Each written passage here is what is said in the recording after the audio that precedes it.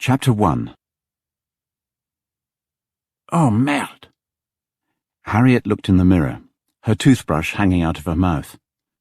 It was the 1st of June, and she'd forgotten to say, "Rabbit, rabbit, rabbit." She said it now, toothpaste foaming on her lips, but had the sinking feeling it was too late. The magic wouldn't work. And if there was any day when she needed magic, it was today. Merde!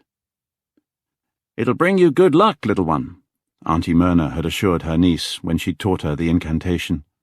"It'll protect you." That had been years ago, but the rabbit habit hadn't wholly taken. Most months Harriet remembered, but of course this month, when she needed it most, she'd forgotten. Though she knew it was probably because she'd had so much else on her mind. Shit! Did she really believe repeating rabbit, rabbit, rabbit made a difference? No, of course not. How could she? It was a silly superstition. There was nothing actually magical about those words. Where did it even come from, anyway? And why rabbit? It was ridiculous. She was an engineer, she told herself as she prepared for her morning run. A rational human being. But then so was her aunt. Did Auntie Myrna even do it? Or had it been a joke the timid child had taken to heart? Setting aside the absurdity of magical incantations, Harriet marshalled her rational self and entered the day. "Everything will be okay," she said as she ran through the warm June morning. "All will be well." But Harriet Landers was wrong. She really should have repeated, "Rabbit, rabbit, rabbit." It was the beginning of November when the Chief Inspector first saw Clotilde Arsenault. He pulled his field jacket closer around him and knelt beside her, like a penitent at some awful altar.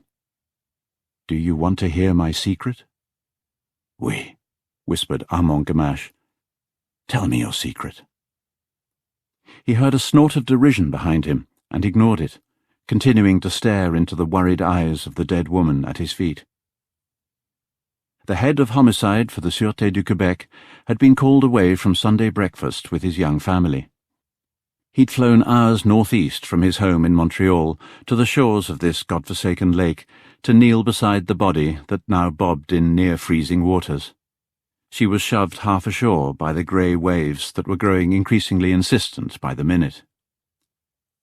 Whitecaps had formed out at the centre of the lake, and even in this fairly protected cove they bumped up against the woman, moving her limbs in some mockery of life. As though she'd decided she wasn't dead after all, and was about to rise. It added a macabre element to an already morbid scene. It was a bleak day, the 1st of November. A wind blew in from the north, bringing with it the promise of rain, perhaps sleet, perhaps freezing rain, even snow. It frothed up the already tumultuous lake, creating waves on the waves, shoving the dead woman ever forward, offering her to Gamache, insisting he take her. But he couldn't. Not yet. Though all he wanted to do was haul her further onto the rocky shore, to safety. He wanted to wipe her face dry and close those glassy eyes, and wrap her in the warm Hudson's Bay blanket he'd spotted in the back of the local Sûreté vehicle that had driven him there. But he, of course, did none of those things. Instead, with immense stillness, he continued to stare, to take in every detail. What could be seen and what could not. It was hard to tell her age. Not young, not old. The water and death had slackened her face, washing away age lines, though she still looked worry-worn. She obviously had had good reason to worry. Blonde hair, like string, was plastered across her face. A strand touched her open eyes. Gamache could not help but blink for her. He didn't have to guess her age. He actually knew exactly how old she was. 36.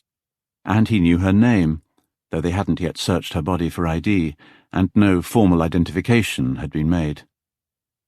She was the woman reported missing by her 2 children a day earlier. Children now orphaned.